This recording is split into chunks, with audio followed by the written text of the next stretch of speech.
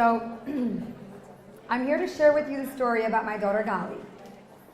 First of all, our story takes place July 26, 2010. So whatever I'm telling you tonight is really something that happened about 6 years ago. I am the wife of Mr. Charlene Aminoff. He's also known as Q100. He's a Hatzalah volunteer for over 25 years, so that's his favorite nickname, is Q100. I have 5 kids, Ben Porat Yosef, and Baruch Hashem, Chazdei Hashem, I'm here to share with everyone the story about my daughter Gali, which is my middle child. I grew up in a Persian family in Great Neck, so as you can imagine, we were very traditional. We loved Hashem, we loved Torah, we loved mitzvot, but we also loved serving Hashem conveniently, the way we wanted to. You know, we all wore pants, we wore, our hair was open, but we had such a strong connection with Hashem all of our lives. Now, I had many struggles with fertility and to get a family. Baruch Hashem, now I am blessed, but I went through a very tough time in my life where I had 5 miscarriages. And Baruch Hashem, don't feel bad. Everything that I am today is a result of all the struggles I've gone through. Because of those miscarriages, I turned to Hashem. And when I stopped wearing pants, I was blessed with a family. So at the time of my daughter's story, July 26, 2010, I had already taken upon myself to stop wearing pants, so I was already wearing skirts, but I was not yet ready to give up my beautiful, thick, long blonde hair, because being Persian, I was born, my mother is the same coloring as me, and her father, Alav Shalom, was the same coloring. We have blonde hair, green eyes, and we're we don't look Persian. So growing up, my nickname was Barbie Dalak, Arusake Burak. That was my nickname growing up, which means the little petite Barbie doll. So because that was my nickname, I was very hesitant to give up that one main thing that made my identity, which was my blonde hair. Now, the reason I'm so passionate to fly even across the country and to leave 5 cuckoo kids with my mom and dad is because Chazal teach us that every time Hashem performs a nace for a certain person, he attaches a spiritual price tag to that nace. The higher the nace, the bigger the nace, the more expensive the price tag. Hodul Hashem, my nace that I'm going to share with you tonight, has such a gigantic price tag attached to it that I am under a beautiful obligation for the rest of my life to be mefarsem, my nace, to do pirsumei nisa, in order to try to get back all of the zichuyot that me, my husband, and all of our ancestors, all of us had to use up every credit we had to pay for my nace. That's how expensive my nace is. July 26, 2010, we have a summer home in Miami Beach. If you're familiar with Miami Beach, the area is the Green Diamond. So we like to fly down to Miami right when the school ends for the kids, and we like to move back right when the school is about to begin. Now, July 26, 2010, for the rest of my life, I will never ever forget. We woke up that morning. It was my husband, me, and at the time I only had 4 kids. And we looked out the window and we saw it was a spectacular day, even by Miami standards. I live in Miami half the year and I live in New York half the year. We wanted to show a little extra special fun for the children that day, also because the Hebrew date was Tu B'Av, the 15th of Av. If you're familiar with Tu B'Av, it's one of the happiest days on the Jewish calendar where you're able to see and receive the most nisim, the most miracles. And Chazdei Hashem, Hodul Hashem, I'm the grateful recipient of a gigantic nace. I had just given birth to my 4th, Aliza. So my husband decided, because it is such a gorgeous day and because I am stuck with a newborn, he doesn't want the older 3 children to feel like mommy is out of commission, mommy's missing in action. So he said, honey, you know what we're going to do? Let's fly down your parents for this weekend. Being away from the grandparents the entire duration of the summer takes its toll on them. So we like to fly down 1 week my parents, 1 week his parents, to spend Shabbat together. And he said, my husband is now Baruch Hashem, Chazdei Hashem, he's now retired. But he was the CEO of a big hedge fund for many years. And at that time, he was still trading the stock market. So he said, I'm going to make a very special day in honor of Tu B'Av. Your parents will be here. Let's take the older boys out, Jacob and Zachary. They were 6 years old and 4 years old at the time. Gali was 2, and baby Eliza was only 3 weeks old. He said, let's take out the boys, let's leave the girls with your parents and the housekeeper, let's go boating, let's go wave running, let's have a day on the beach, let's have a day where the boys feel like, wow, mommy is back even though there's a newcomer in the house. So I said, you know what, that's an amazing idea. We got ready to go out. And as soon as we were getting ready to leave the pool area, we noticed Gali fell asleep. So as soon as Gali fell asleep, my housekeeper looked over at me and she said, don't take her. She just fell asleep. I'll stay here with Gali. She's sleeping soundly under a lounge chair, under an umbrella, on a lounge chair. In our building, it's very, very rare that you have people there at the end of July. It's a very popular time to come around the holiday season. When it's not a holiday time, no one's there. It's very deserted. There's also a lot of celebrities and CEOs and people who live there, so it's very, very private and very strict security teams. So my family looked around and we saw there was nobody else by the pool deck that day except one random man who was swimming in the pool. So I said to my housekeeper, to her in Spanish, I said, are you sure I should leave Gali with you? She said, seguro, claro que sí. Sure, of course, leave her with me. So I said, okay. So I looked at my mom and I said, Mom, Eliza's only 3 weeks old. Do you mind taking her indoors? She's like, no, perfect plan. I'm going to take her inside. You take Jacob and Zachary. Go with Jonathan. Go with Daddy and Job. My brother also came along. Go have a boys' night out, a boys' day out. So I thought that was a great idea. So at this point, remember, I was not wearing pants anymore. So I was wearing a bathing suit with a little mini skirt over it and my long, gorgeous, thick blonde hair out and on display. That's where I was. Now, my husband made plans for the wave runners. Being in the stock market, he knew that he had to be back at his desk at 3 p.m., not a minute later. 3 to 4 o'clock is the final hour of the trading day, and it determines whether he comes home with a brand new Harley, or if he comes home and he says, you gotta sell some shoes and handbags. So we needed to make sure that he's back at his desk at 3 p.m. We made reservations for 2 o'clock. We figured it's gonna give us more than enough time to do boating and wave running and have some fun on the beach. And by the time we come back to shore, Jonathan will go upstairs and trade while we have lunch. For reasons that I can now only describe to you as Yad Hashem, the hand of Hashem, little things kept happening to delay us. Little hiccups in our plans. You know the saying, man plans, God laughs? We had one of those afternoons. Every little thing that we had planned kept going astray. One of the workers never showed up to work that day at the wave runner stand, so everyone's appointments had gotten delayed. One of the jet skis broke down in the middle of the water, which caused further delay. My brother decided he wants to go again, even though his turn was up, which caused another delay.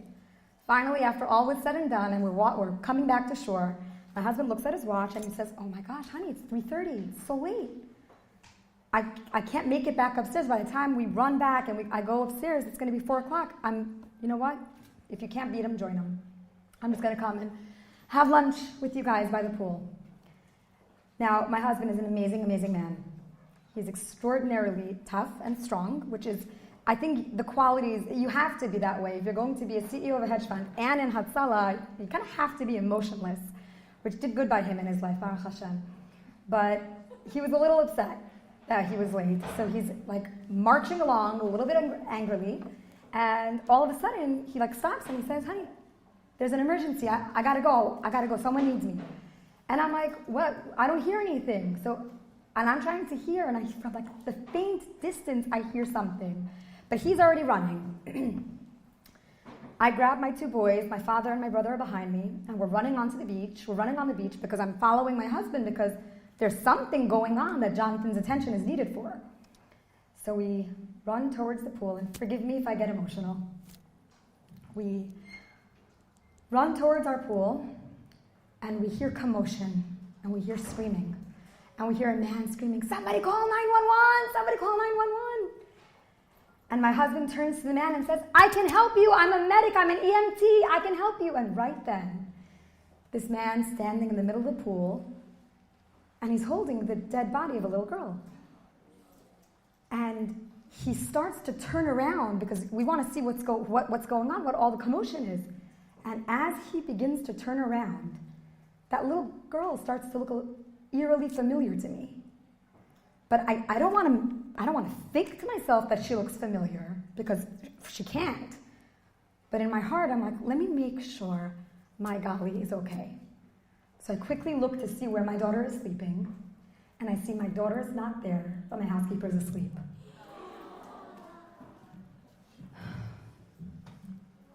I can only describe the next few moments as Gehenna. If there is a very deep, deep, dark level of Gehenna, I was there. My children did not come easy to me. I really had to fight for them. And now, at this point, this man was holding the dead body of my child. Hashem had taken one of them back. And I'm standing there looking at this man, and I'm faced with my daughter, who is blue. And her eyes are open, and she's looking up at Shamayim, but she's gone. And her nails, for the rest of my life, I will not forget the way her nails looked. Her nails were purple. And I'm standing there, and I'm thinking to have you ever had a dream where you're in a horrible nightmare, and in your dream you know it's a nightmare, so you're forcing your body to come out of that dream, and then you do, and you wake up, and it's the best feeling in the world? I kept forcing myself out of this nightmare, and I wasn't waking up. It just kept going on. It was like a run-on sentence.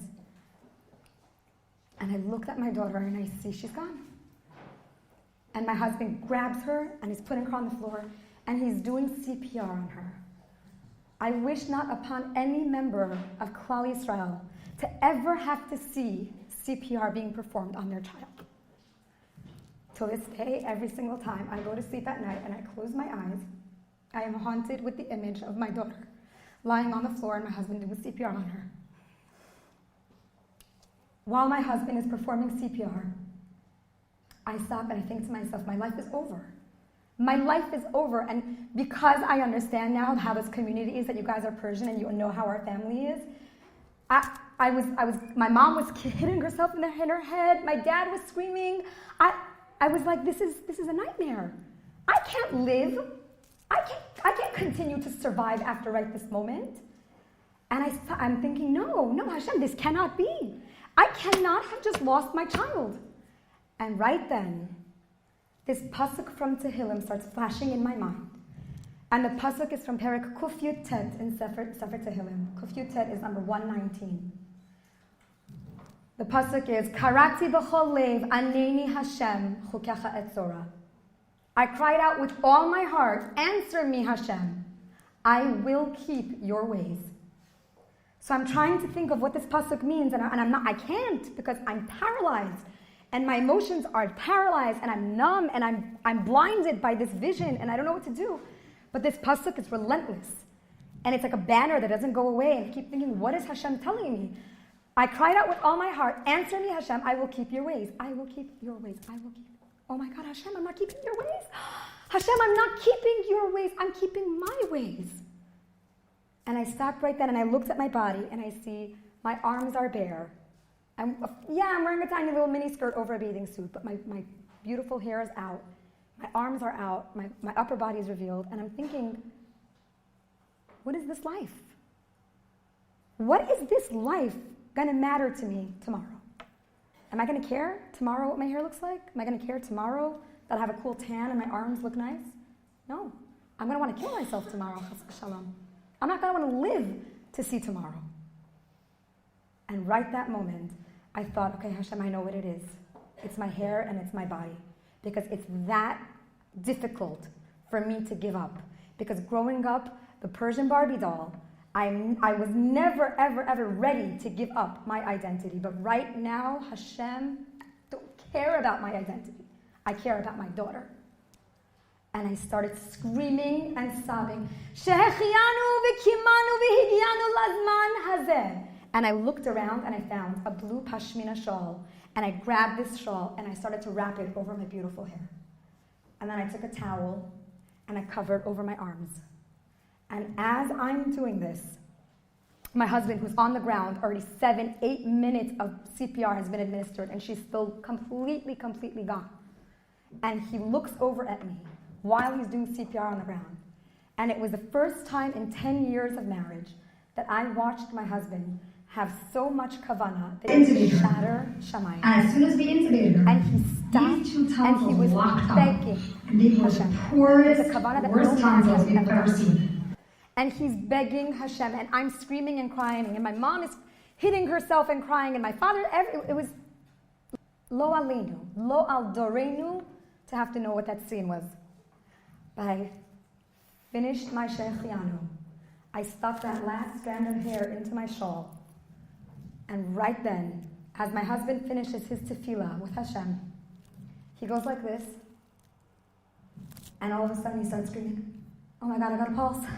I got a pulse.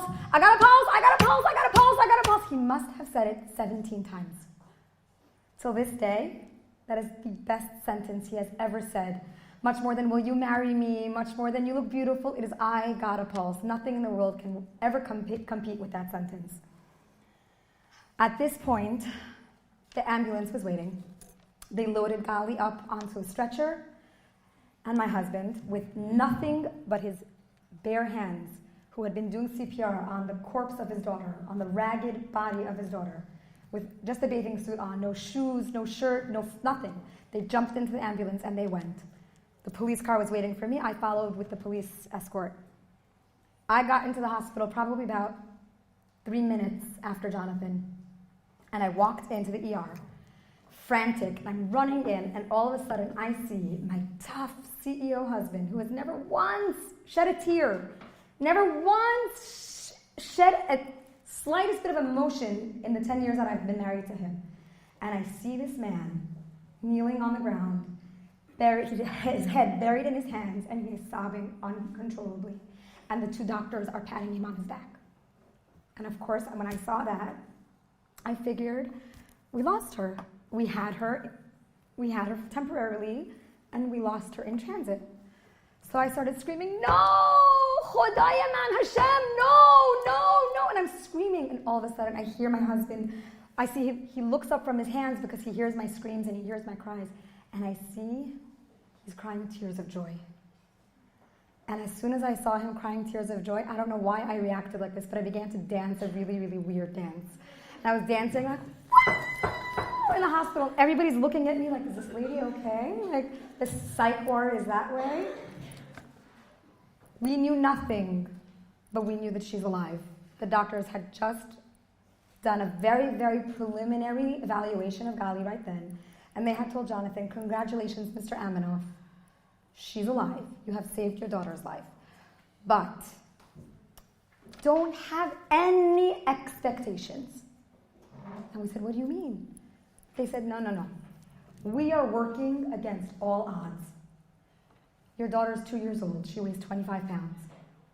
She had drowned in a heated pool in the middle of Miami Beach, in the middle of the summer.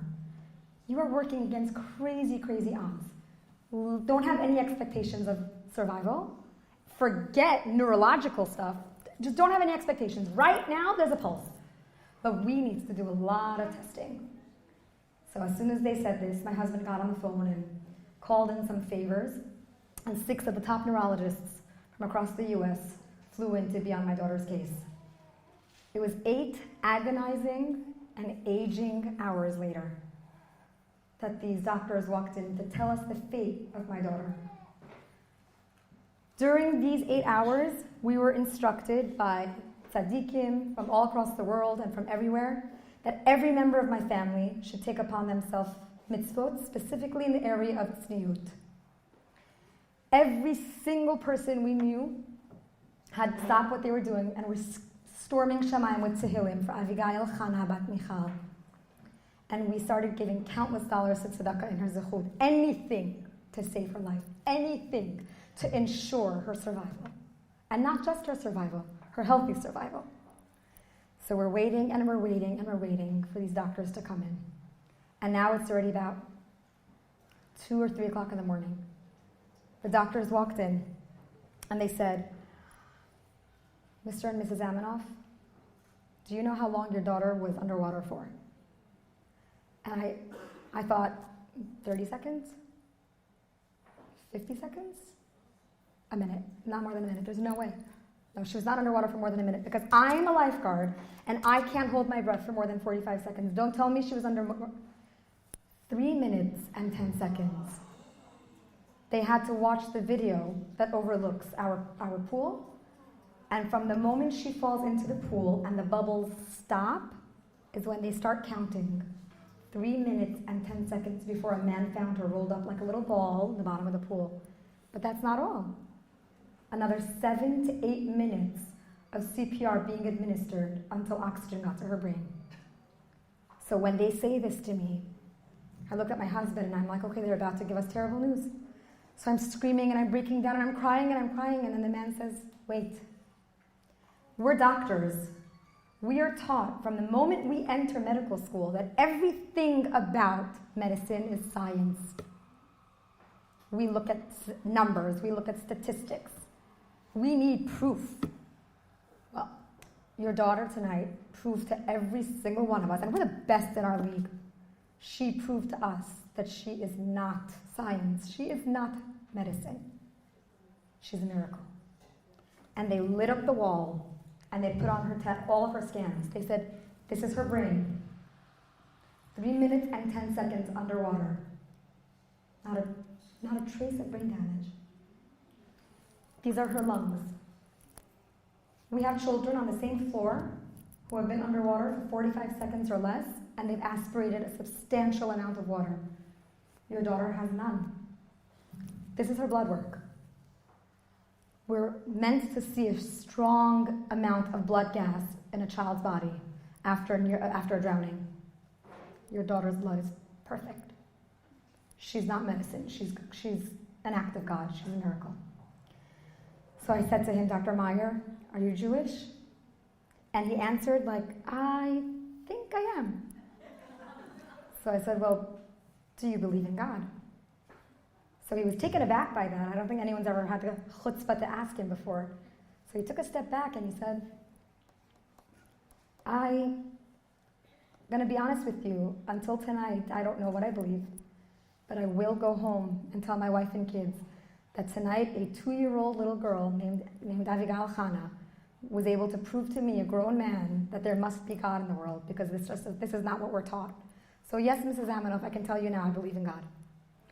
So right that moment, I thought to myself, if this whole nightmare were for nothing else, I can live my life believing that my 2-year-old was able to turn this grown man to recognize Hashem. He just did teshuvah. That's chozer v'teshuvah. But it's so much more than just that. Now, at this point, the doctors told us that in theory, Gali is free to go home, but because it's smack in the middle of the night and she needs to be observed overnight, we need to keep her. But, excuse me, as soon as the morning comes and she clears her rounds, technically, she's free to go home. So they all said goodbye to us. They had to, go back to where they were coming from. And they left the room. They left me and my husband alone to process everything. I'm looking at my husband with brand new eyes. I had never seen him before the way I was seeing him now, because how do you properly thank a man who saved your daughter? How do you say thank you to a man who brought her back from the dead? How do you approach him? So I'm looking at him and I'm thinking, I'm in a debt of gratitude for the rest of my life to this man. But at the same time, I'm about to tell him all the promises I took upon myself, and he's going to have to be okay with all of that. So I said to him, Jonathan, sweetie, I have a few things I have to tell you. He said, I have to tell you some things also. So I said, you're going to want me to go first. I said, well, when I saw you doing CPR on Gali, I realized my life is over. So I started making some promises to Hashem, and I want you to know that I will keep everything, bli nader, but I want you to be okay with it, because your bracha means a lot. So 1, I'm not wearing any more bathing suits. So I hope you're okay with that. 2, I can't shake hands or kissy your business partners or family members anymore, because now I'm shomer negia.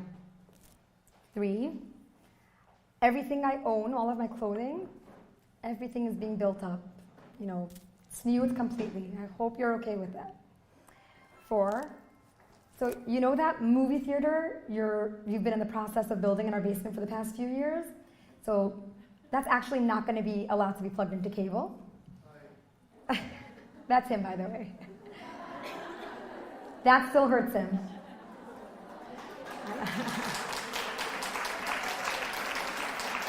He's really the one that should be up here. I'm not. I'm a nobody. I married a somebody. Thank you so much. I married the somebody. I'm like the fake storyteller. He should be the real storyteller. And after the movie theater, I told him, Jonathan, you know my nickname that I grew up with my whole life? So you're going to have to find another nickname because I'm covering my hair. So he thought for a second. He said, oh my gosh. Whoa, hold on. That's a lot. I was like, I know. He's like, wait. Super Bowl Sunday. I was like, could you guys for once go to some other Nebuch's house and trash her home? So he's like, oh, okay, fine. We'll just go to the Super Bowl from now on, okay? Wait a minute. So, like, how am I going to tell my partners that you can't shake their hand? That's very weird, no? So I was like, well, you are the boss, right? So he liked that. He's like, yeah, I'm the boss. You're right, I'm the boss. I call the shots. You're right. Okay, so I have a weird question. Are you going to shave your head? I was like, no! That's not our minhag. Why would I shave my head? No. He's like, oh, you promised? I'm like, Jonathan, of course not. He's like, oh, okay, that's not so weird. Okay, good. Okay. So as he's letting it digest, he thinks to himself, okay, wow, honey, you really took one for the team. Well, I have a confession of my own to make. He said, I'm a medic. I have, unfortunately, been faced with performing CPR on countless people. But we medics know we have an eye language with each other. The minute we touch the patient, we know whether we're going to get them back or not. We know. We can tell from their vitals and from their body whether CPR is going to work or CPR is not going to work. But the protocol is you do it anyway. You give it your all, regardless of whether you believe you're going to get them back or not. And he said, I've never been wrong. I have never in my life been wrong that if I touch a patient, I think in my mind, this one's coming back. And they come back, or if I touch them and I say, this one's not coming back, and they don't come back. I've never been wrong. Honey, I have never had a patient so far dead like Gali. She was not coming back. I promise you she was not coming back. And he said, the moment I assessed her, I realized she's gone. She's very far gone. But I stood there and I said, Hashem, my wife and children are standing here watching me. Please, you could fail me, but don't let me live with the guilt of Gali's bloodshed on my shoulders for the rest of my life. Don't let me fail them. Don't let me look like that failure husband, that failure father that couldn't save the day, that couldn't save the situation. So please, Hashem, just for my children and for my wife, don't fail me. And he said, I was doing CPR for show. It was totally for show. I promise you, she was not coming back. And I kept thinking, as I'm doing CPR, I'm thinking, I'm not getting anywhere. I'm not getting anywhere. She's not coming back. What am I doing? I look like a fool. This is not working. I know it's not working. And I was about to throw in the towel. I was about to give up. And all of a sudden, like a tornado, you run into the scene, and I see you looking for this blue shawl, and I see you doing what you're doing. I stopped right then. I said, Hashem, yes. Yes, Hashem, let my wife do what she's about to do. I know what she wants to do. I know what she's been wanting to do for the past few years.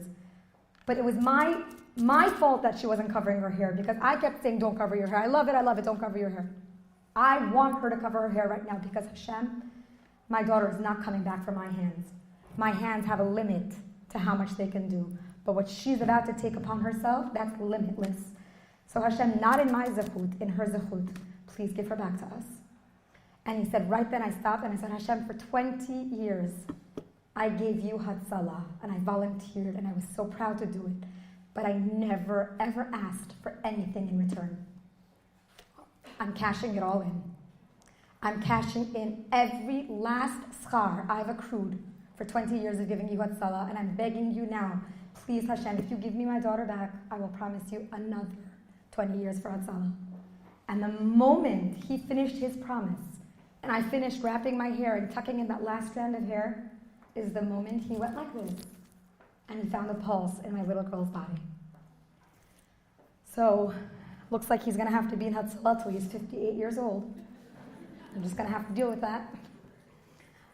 Now, at this point, it was 3 o'clock in the morning, so I had to drive all the way back to Miami Beach because we were at Miami Children's Hospital, which is in Coral Gables. So I stayed on the phone with my husband. I said, Jonathan, promise me Gali's okay. He said, I promise she's fine. She's resting comfortably. The doctors went back. Everything's good. You relax. Go home, sleep, take care of the baby, de-traumatize everybody else, and come back in the morning. So I said, stay on the phone with me because I want to make sure she's okay. Now, by the way, P.S., just a little tidbit about me. I'm the most hypochondriac, paranoid, neurotic mom in the world. If my kid gets a fever, I'm like finishing Sefer Tehillim by their bed until the morning. That's like, so the irony of the situation that it would be my child that this should happen to. So I head back towards my apartment, and as soon as I got into my building, I told him, listen, I'm going to lose you. The reception's going to drop. Promise me you'll call me if something changes. He's like, nothing's going to happen. She's fine. Go sleep. Everything's good. So I said, but you promise you'll call me if something happens, right? He's like, I promise, but she's fine. Good night. So I finally fall asleep with my cell phone under my pillow. And all of a sudden, my cell phone rings in the middle of the night, and I see it's Jonathan.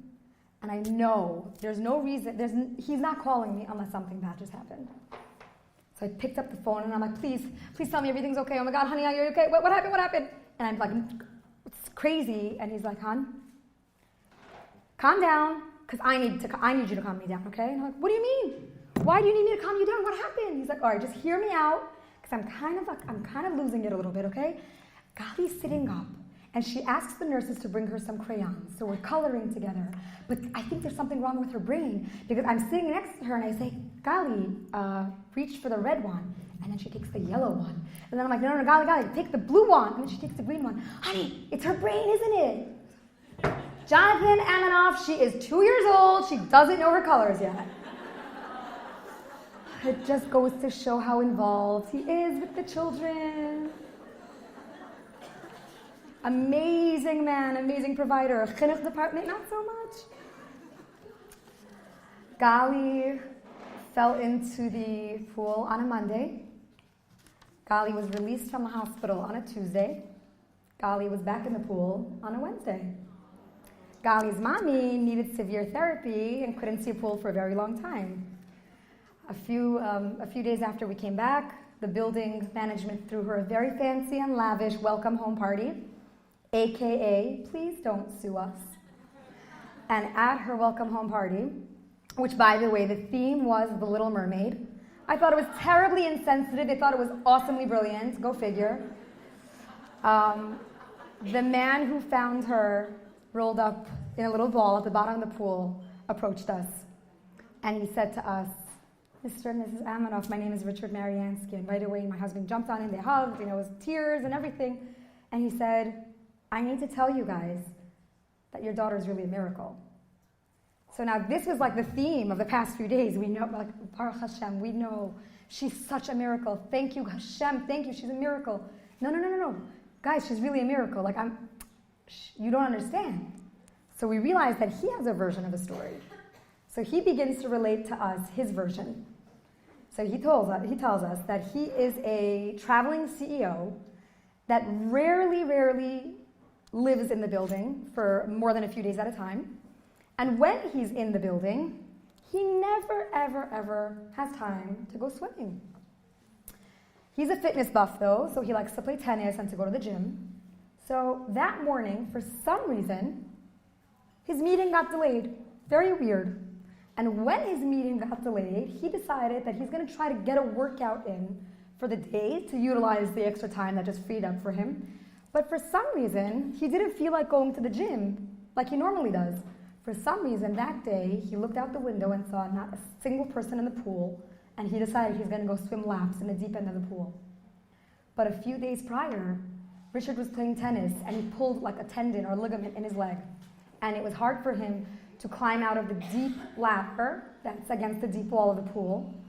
So when Richard finished doing laps in the deep end of the pool, and he attempted to climb out of that ladder, he remembered what happened during tennis, and he said, you know what? It's not worth it to continue to climb out of the ladder. Let me play it safe. Let me walk towards the shallow end and take the steps so that it's less damage on my leg. But Hashem didn't make him walk straight from one angle. For example, let's say he finished swimming over here. He didn't walk from here to here. Hashem made Richard walk diagonally across the pool, which is where he found Gali in a little ball in the bottom. And when he picked her up, he realized it's a child. So you're going to see now how many beautiful nisim Hashem had to orchestrate in order to lead to this big, huge nace that we merited to see. We moved back to New York a few weeks later, and then a little while after that, we had a big Tsniout&Torah.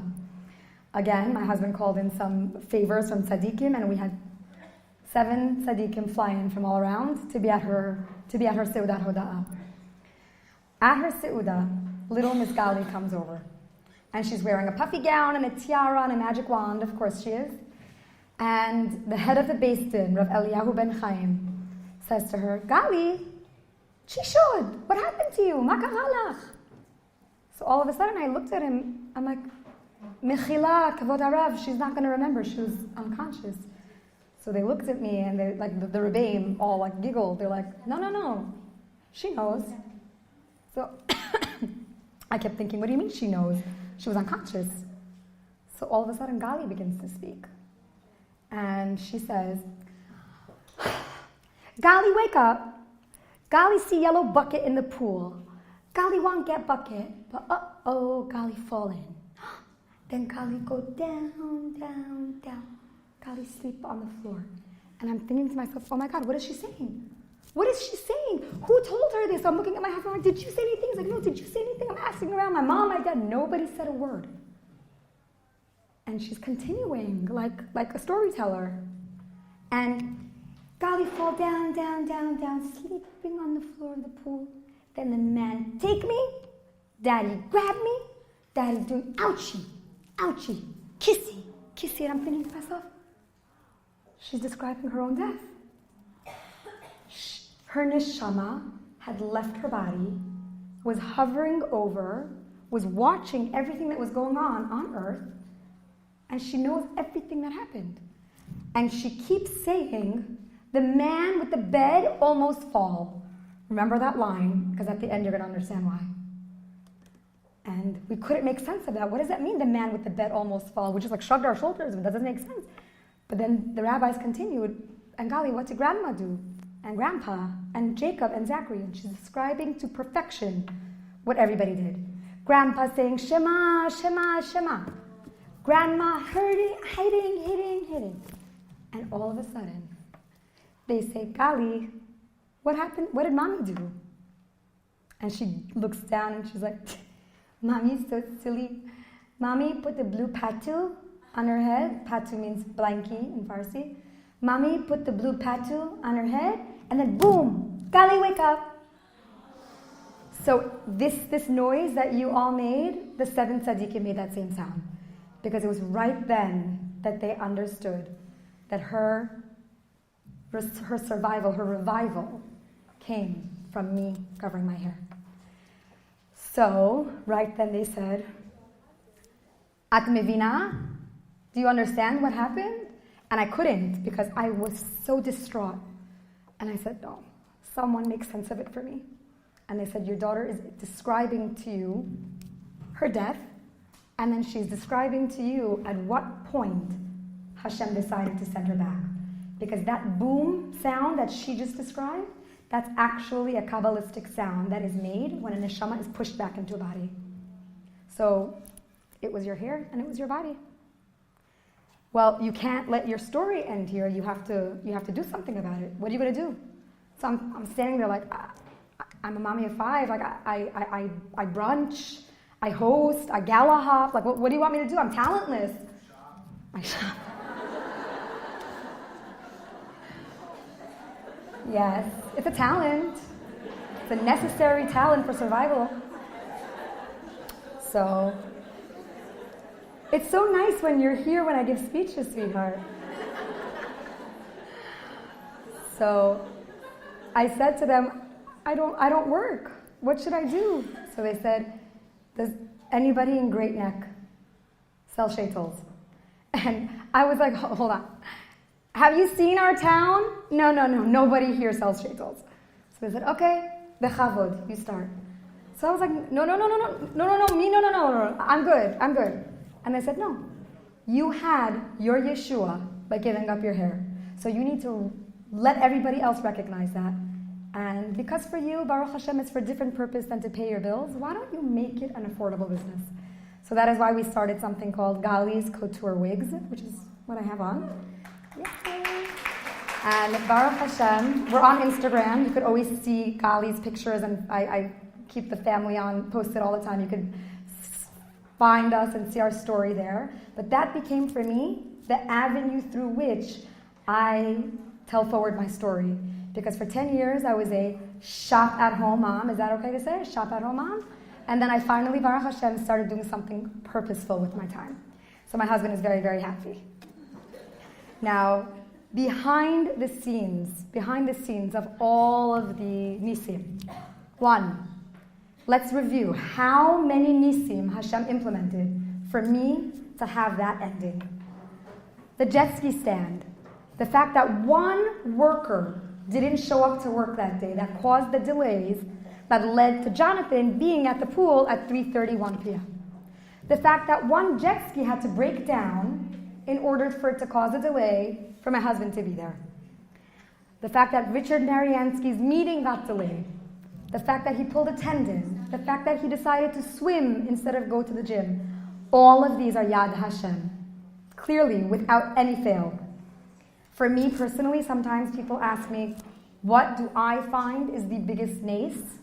To be very honest, it is the fact that 20-somewhat years before Gali's drowning, Jonathan woke up one morning with a desire to save people's lives and not get paid for it.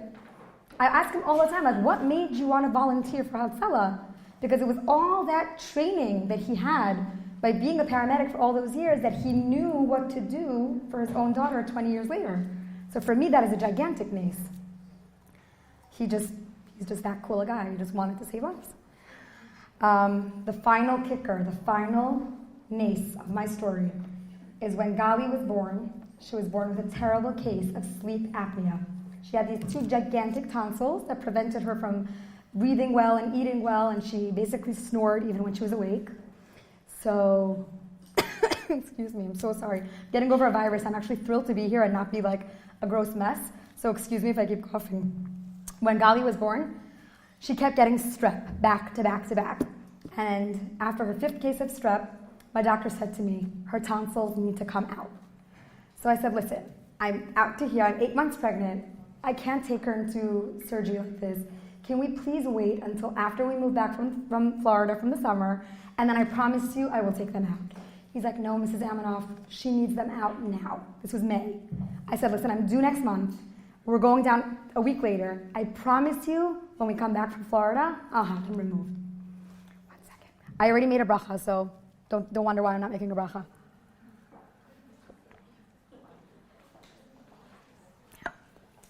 So he said, if you promise you're going to take it out, it's going to be okay. I said, I promise. Fast forward a few months.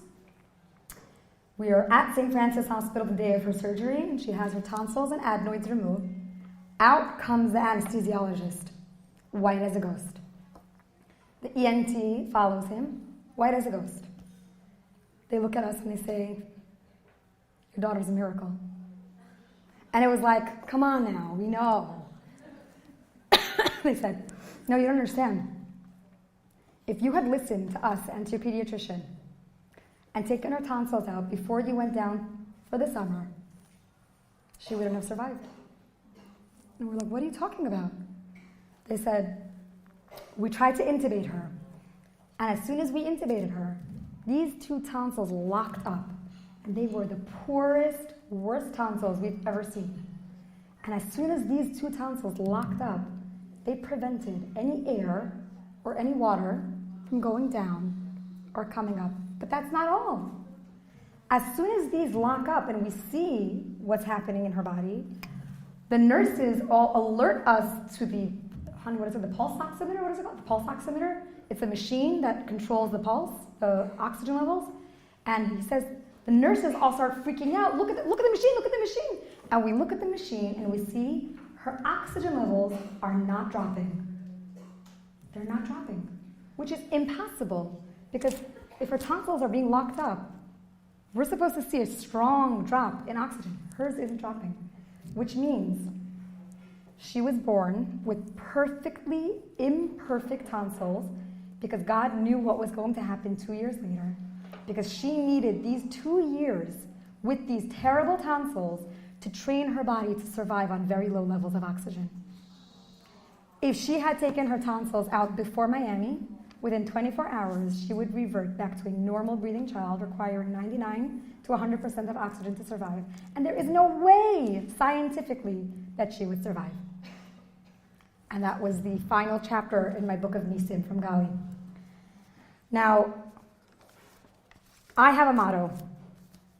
I kind of want everyone here to absorb this motto because every single person you see in this room has a struggle.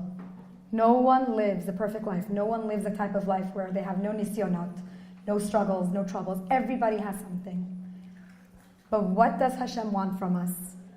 Hashem tells us something, and I want you all to remember this. Hashem says, Pitchu li petach kechudo shel machat, ve'ani eftach lachem petach kepitcho shel ulam. It's a promise that Hashem makes us. He says, open up for me an opening that's the size of an eye of a needle, and I will return to you the gates that lead to the biggest simcha hall you've ever seen.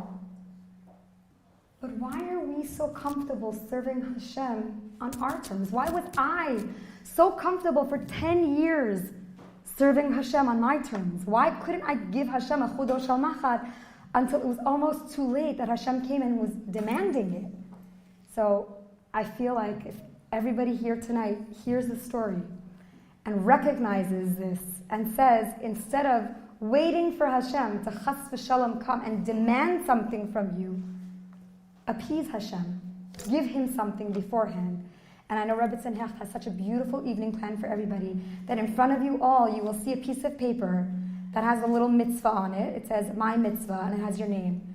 And if everybody here tonight can give a chudo shel machat to Hashem and say, Hashem, I will give you this mitzvah. It doesn't have to be something monumental. It doesn't have to be something crazy difficult. It just has to be something to show Hashem, I recognize that you run the world. No one else runs the world. And I recognize that everything you do is l'tova. But I want to give you this mitzvah to hopefully appease you and to let blessings come.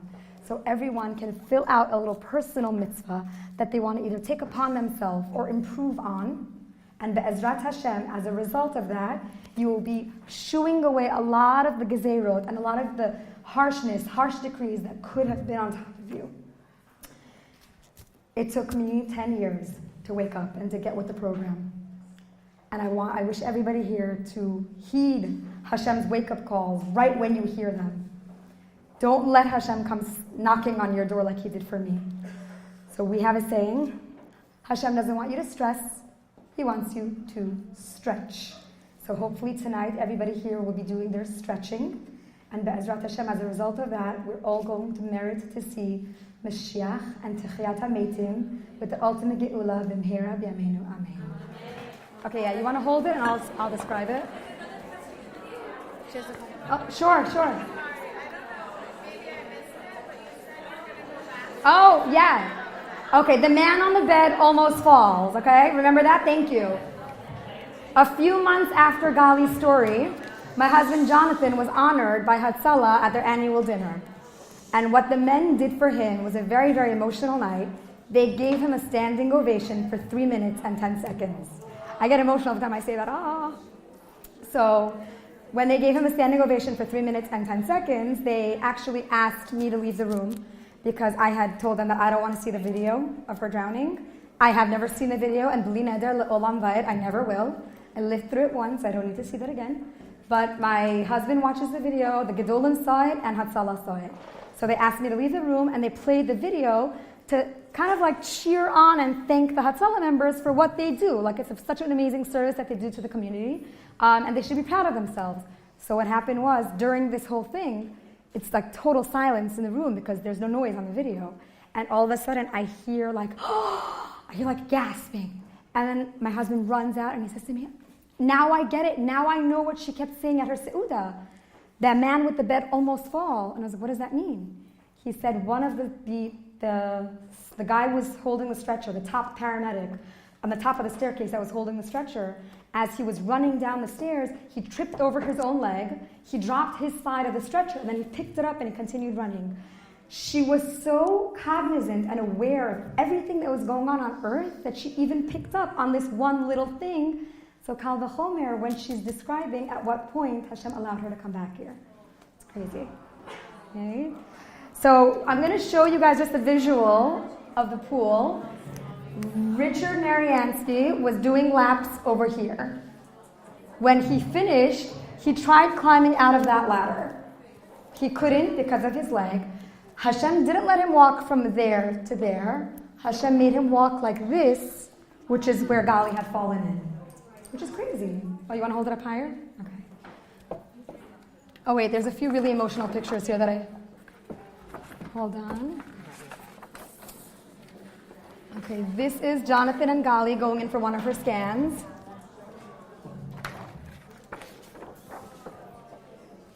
See? This is one of her scans. Oh, I don't like that picture. It makes me scared. Wait. You have to see my dream team picture. Okay, this is that infamous blue pashmina.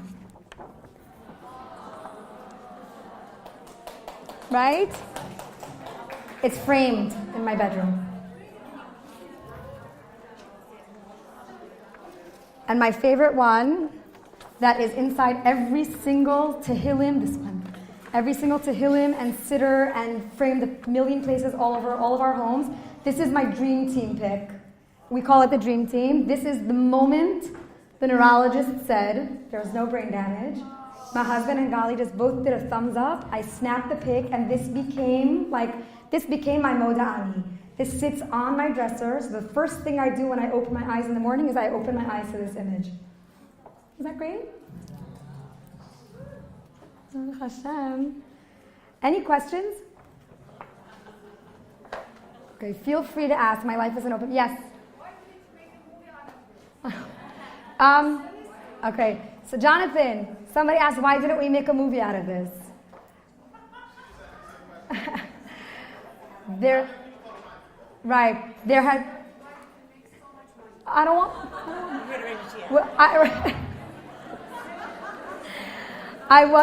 My mission is to let women know that Hashem is Kol Yachol. There is nothing too hopeless a situation in this. I tell people, no matter what your situation is in life, Hashem can reverse it. Because in my situation, it's not like she was, chas v'shalom, she was dying. She was dead. And then I woke up and I started giving Hashem my promises, and then Hashem said, okay, now you can have her back. So I witnessed literally Techiyat HaMeitim. So my mission in life is to prove to people Hashem is everywhere. Everything you do, Hashem is orchestrating it. Just come to Him. Come to Him. Thank you. Thank you all.